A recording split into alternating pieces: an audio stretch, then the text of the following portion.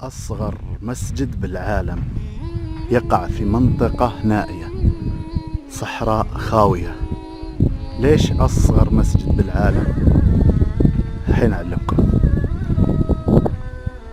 مزين المسجد بألوان زاهية ملفتة للنظر، جزاه الله خير. شوفوا الألوان كيف، البيبان لونها أزرق، النوافذ الصفراء، الباب 3 ألوان. سبحان الله، شوفوا كيف مميز. نوافذ. ليش أصغر مسجد بالعالم؟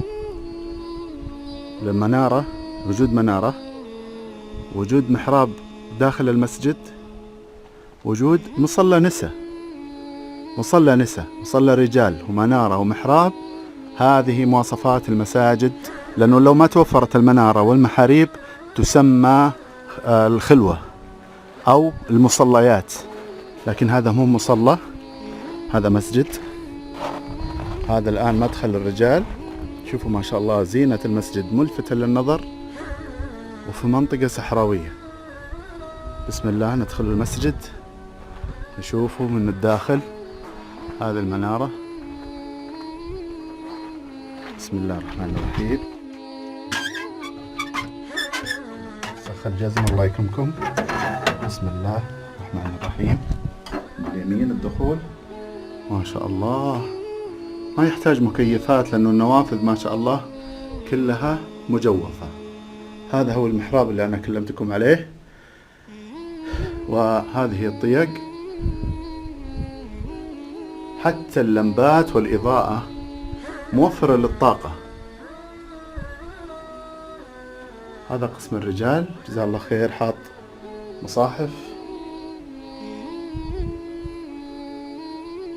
لمبة أخرى موفرة للطاقة.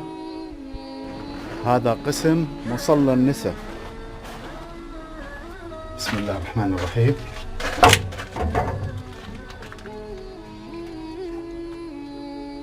هذا مصلى نساء. لو أنه زي كذا المسجد بدون محراب وبدون منارة كان سمي بالمصلى أو الخلوة. هذا المسجد من الجهة الخلفية، المحراب من الخارج، وهذه المنارة حقة المسجد صنعها يدوي متواضع. وميزة المسجد والشيء اللي يميزه أكثر ألوانه موصل بالطاقة الشمسية. شوفوا حاطين جهاز الطاقة الشمسية فوق على أساس الإضاءة الداخلية تكون لمبات موفرة للطاقة أو في استخدام مكبر الصوت. الله يجزاه خير اللي بناه، ويجعل إن شاء الله هذا العمل في ميزان حسناته. من بنى مسجدا في الدنيا بنى الله له مسجدا في الجنة.